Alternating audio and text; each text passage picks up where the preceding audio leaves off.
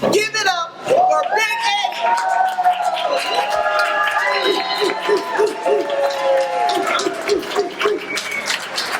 Thank you. Well, it's nice to be with you here in good old Cleveland, Ohio. Although I'm not a big fan of your quarterback, but your team's fine. Well, always good to start off on a controversial note, isn't it? I want to thank Nina for her advocacy for working folk in America. She is known throughout the cable world now because of the quality of person that she is and the genuine support and love for America that she has. And we became friends during the Senate bill fight, which of course we were victorious. And we sent a message to the governor here in Ohio that you can't run over workers. And I think that moderated him a little bit, but we all know if he ever had the political power, he'd do the same damn thing again. So don't forget that. So I think that, you know, this is what our political arena and our movement is about, to forge relationships and friendships. As Nina and I have got to know each other over the years, and the fights that she's been in for the voting rights that has taken place here in Ohio. And it takes all of us. It takes leadership, but it takes all of us. And I just want to tell you that it's important that we stay focused and move forward. And, you know, in my position of being a public figure, you can't do everything. Okay, you want to do a lot of different things, but to get something done, I believe that you got to be focused. My focus is on rebuilding the American middle class. I believe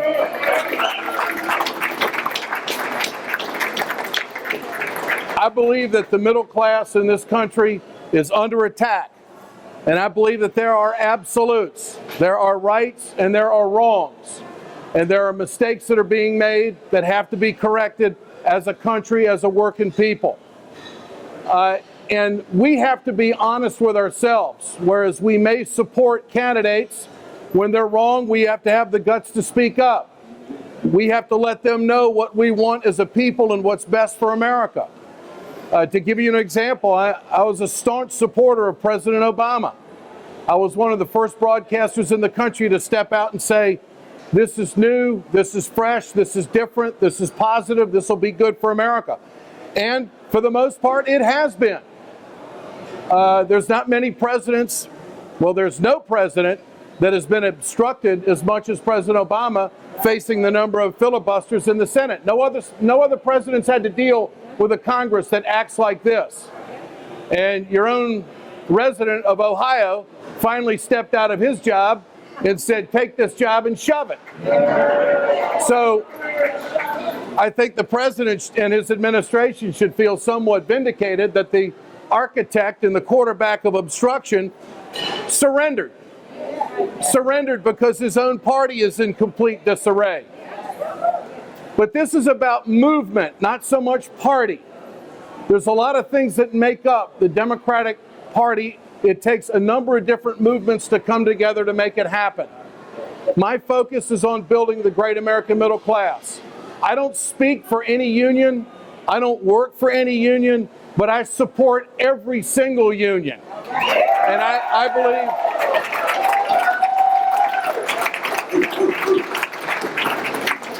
I believe that it's well documented that the conservative right wing in this country has orchestrated an attack on labor that is at the pinnacle right now, and it's going to come to even a greater head in 2016. There are some real issues on the table when it comes to bargaining rights, when it comes to voices in the workplace, when it comes to making sure your pension's there, making sure your health care is there, and making sure that you're treated fairly in the workplace, you're trained properly, and it's a safe environment. All of these things are important to make a greater country. And we can't stop fighting for those things that keep us brilliant on the basics as Americans. Now, as far as President Obama goes, no one has ever been handed an economy like that goes back to the Great Depression. We were peeling off 800,000 jobs a month. He was handed an automobile industry that was in total collapse and in disarray. told them to get their act together, went against all the Republicans and supported an automobile loan which affected this state in a big way. That loan's been paid back, and the big three are kicking ass and taking names and competing globally. So when you think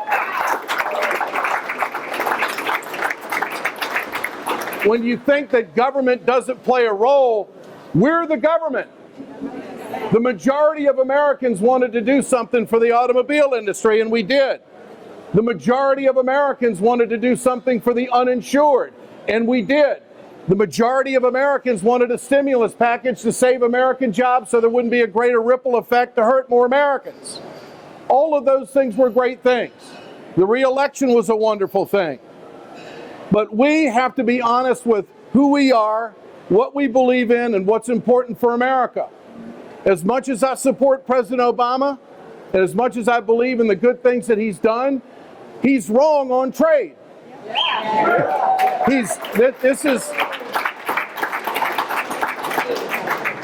He's wrong on the Trans-Pacific Partnership. It's bigger than NAFTA. It's more injurious than CAFTA. The South Korean trade deal is wrong. And what we did with Central America is wrong.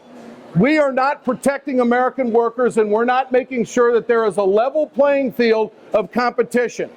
These are all Wall Street deals that are driven to the top, that are driven to concentrate the wealth in this country and to create the haves and the have-nots. And you live it. You live it.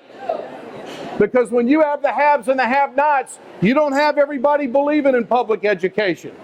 You don't have everybody believing that health care should be for all. You don't have everybody believing that bargaining rights is an important thing for Americans. So we're down to the core issues again in a big election.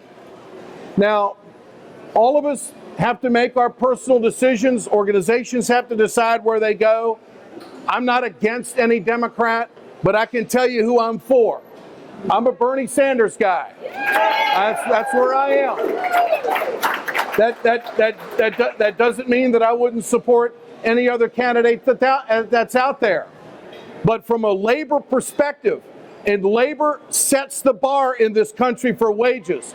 Labor sets the bar in this country for working conditions. Labor sets the bar for the middle class in America.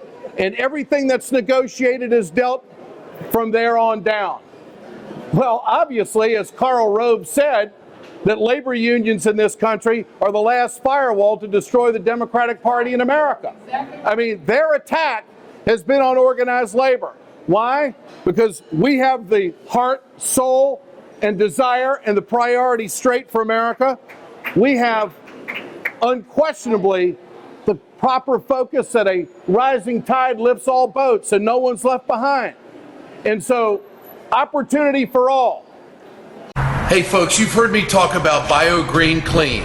I'm going to show you right now on my airplane just how tough this is. I want you to keep in mind, chemical-free, 100% plant-derived, biodegradable. It is the safest cleaner that you can get, and it's the most effective. Go to our website, wegotted.com, or go to biogreenclean.com. www.biogreenclean and order today. It's time to continue our conversation about mechanical insulation. Mechanical insulation is for the piping systems in our nation's commercial and industrial facilities. Facility owners are burning up billions of dollars through the lack of mechanical insulation on these piping systems. Call the iSave team. Insulation saves America valuable energy, and this team of energy conservation specialists is shovel-ready to save you money. Visit iSaveTeam.org to have a specialist give your plant an energy audit. We perpetuate a culture of crime all the way from Wall Street right down to the main street in our hometowns. It's worse than it has been since FDR took control of the problem and said we can't count on industry taking care of the American labor. They probably have already engaged into some type of criminal cover-up, and the law prohibits the government from even doing anything about it. Catch America's lawyer Mike Papantonio on YouTube at youtube.com/GoLeftTV.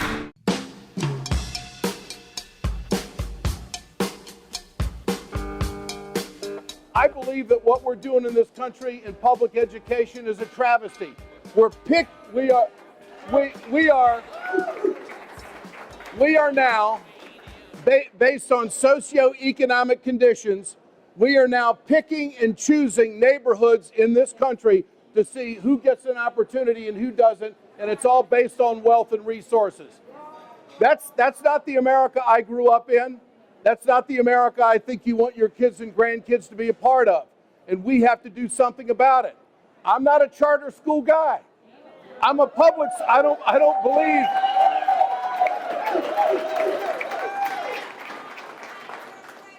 I don't believe it's all the teacher's fault.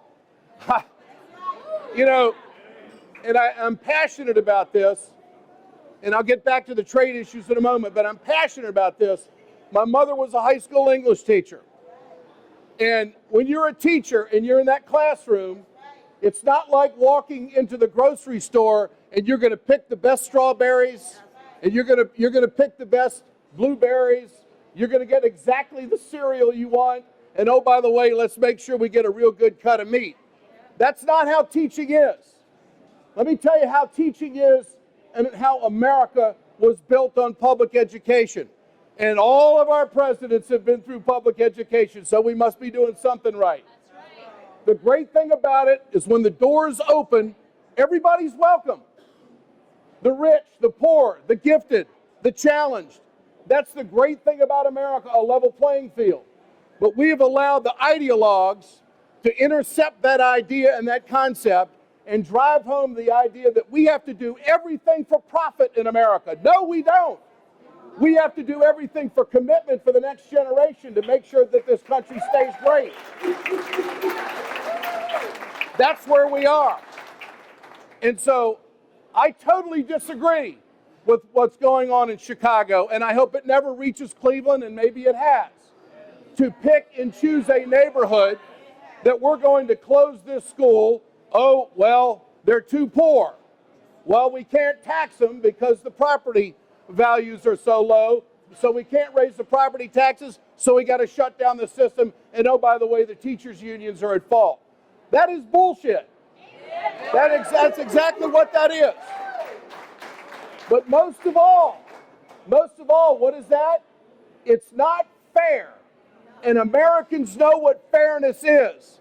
Americans know what a fair share of taxes is. Americans know what fairness is when your whole family becomes bankrupt because someone in your family got cancer and you didn't have insurance. Now, when you think about these things, we've accomplished an awful lot. And we're trying to protect what we've gained. We're trying to protect what we've had. And I want you to know that we can do it. We can do it. We can stop a trade agreement that's going to gut American jobs. Yesterday, I was in Lorain, Ohio. There's this feeling amongst Americans right now that we're mad at Washington that they're not representing us and doing what they should do. This is why Trump is doing what he's doing with the Republicans. He's not a Washington guy, he's a business guy. He's trumping them up big time. Over on the other side, basically the same thing is happening with the surgence of Bernie Sanders. He's unspoiled, doesn't take PAC money, doesn't say negative things about the competition, has never run a negative ad. How the hell's he leading in Iowa and New Hampshire? This is totally different from anything we've ever been exposed to. He abhors the Koch brothers and all the billionaires, talks about Citizens United and reversing it and making sure that your $25 donation, wherever it goes, will have an impact, that the billionaires won't buy America's democracy. So this has got to be about everybody. Yesterday when I was in Lorain, Ohio, I talked to two single moms who have been laid off. Should not be laid off. That steel mill is idle because what we have done, our politicians have allowed a poor trade agreement to go through. Our politicians have allowed the illegal, not legal, the illegal dumping of steel on our market. And it's flooded the market to the point where it's going to take months of supply and demand before those plants are ever running again. So when you go down to Main Street on Lorain, Ohio, and this is what America's missing right now, and you talk to that single mom, and she has to explain to her 14-year-old who's excited to be going to high school that her mom doesn't have a job anymore and she doesn't know what's going to happen and she can't raise them the way she used to because things are tight and things are scary, because this slowdown in the steel industry is a hell of a lot different from anything else we've ever seen. Believe me, the Trans-Pacific Partnership will drive us into the grave economically if we think that our workers are expected to compete with workers from Vietnam for 45 cents an hour. We have the best workforce, we have the most productive workforce, and all we're doing is cutting deals that's hurting that workforce and hurting the middle class. Now, my message tomorrow night to the AFL-CIO State Convention in Ohio is that it is about time for organized labor in this country to realize, whatever union you're in, whatever your profession is, that when you take somebody to the dance, make sure they dance with you. And this is what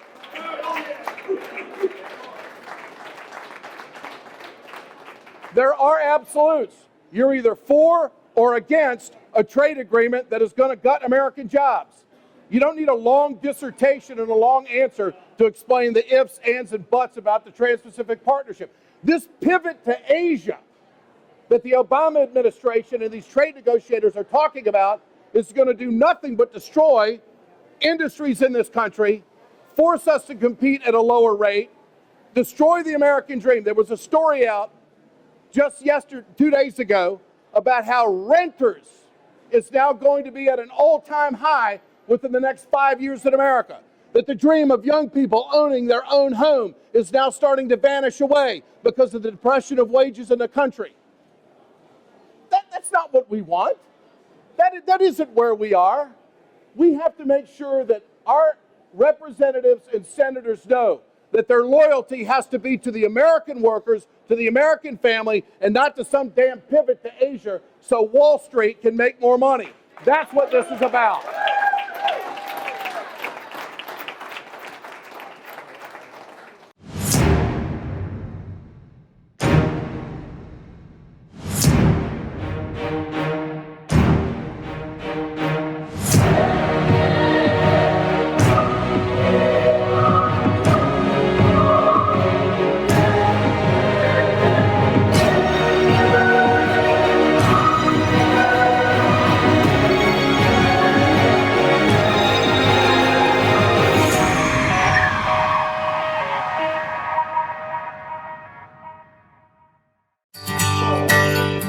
From the steel mills of Pennsylvania, to the auto factories of Michigan, to the modern makers movement, manufacturing makes our nation great. I'm Scott Paul, President of the Alliance for American Manufacturing. We bring business and labor together to advocate for policies that everyone can agree on. Together, we can strengthen manufacturing and create good-paying American jobs. Help us keep it made in America.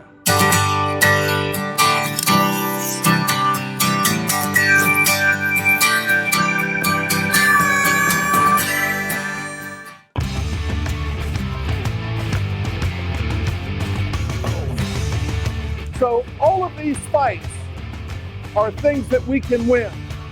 And all of these fights are important for all of us. I think it's a sad commentary that we have our first African-American president, and there has evolved out of it a Black Lives Matter movement. What? We have to be strong and determined to make sure that opportunity is available for all Americans, and that there is social justice. And we can't forget the fact that what made this country great was equal rights, women's rights, workers' rights, social justice, and all the foundations that made the country great.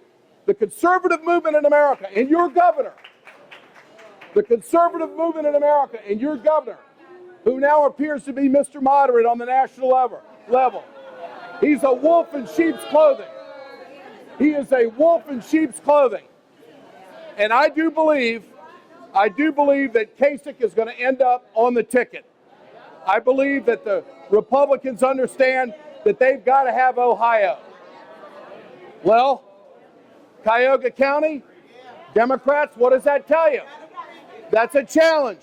You got to step up. You got to do the early registration. You got to do the early voting. You got to overcome these barriers that have been put in place for you. Nothing's lost until you give up. And you have as much time as your opponent to get ready for the next showdown. That's what you have to keep in mind.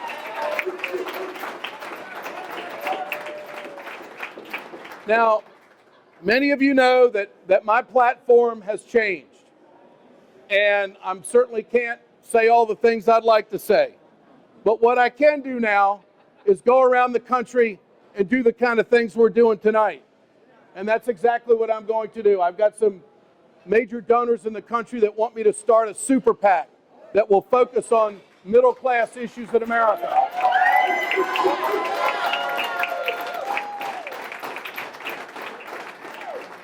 Right now, you can get all of my work on 3 websites. That's WeGotEd.com, RingOfFireRadio.com, and RawStory.com. Now, I do a half-hour production every day. I'm all over Facebook, all over Twitter, and also with our website, WeGotEd.com. I was in Lorraine doing a story for the websites just yesterday. And back to those ladies that I was talking about. You know what they are? They're scared. They don't know what their future is. It's almost like a sick person that doesn't have any insurance and doesn't have the right doctor or doesn't have the right opportunity. We're on the right path to right a lot of wrongs in our country. We're on the right path to get the attention of the next generation. And so I urge all of you to stay engaged, don't give up, keep up the fight. There's a lot of great progressives across this country. We're just going to get everybody on the same page and make sure it's right for a better America. I want to thank all of you for being here tonight. Thank you for supporting Nina Turner. She's a fabulous American.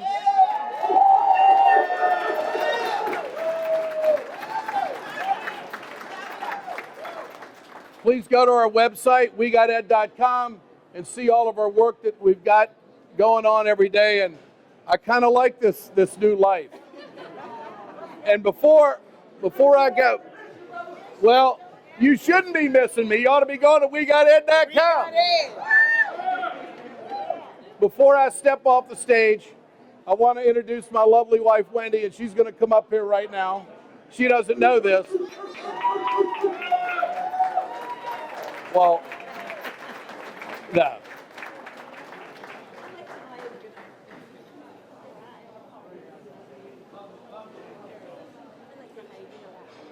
Now, I want all of you to know,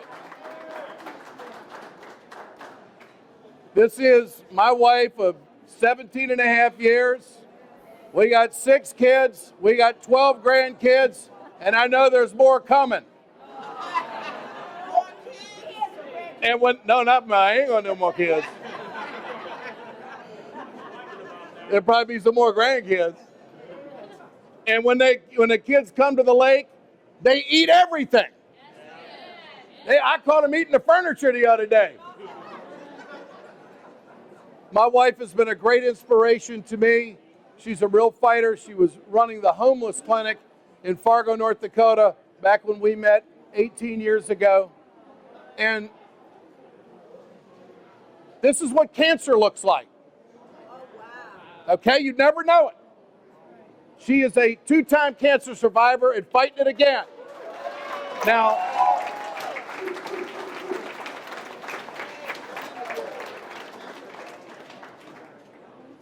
when this first was upon us, and I was getting bills, we were getting bills for $14,000, $17,000, $22,000, another $800 here, another $2,500 here.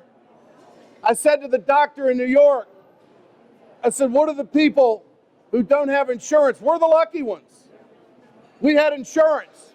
I said, what are the people who don't have insurance? What happens to them? There wasn't a response. There was just this. Now, I can't imagine going through what we have been through without the security of health insurance and good doctors and access to good doctors. Every single American deserves that, not some. And I'll leave you with one final thought, and not to offend anyone with the language, but I can't help it. If this country can give that son of a bitch, Dick Cheney, a new heart, we can do anything for anybody.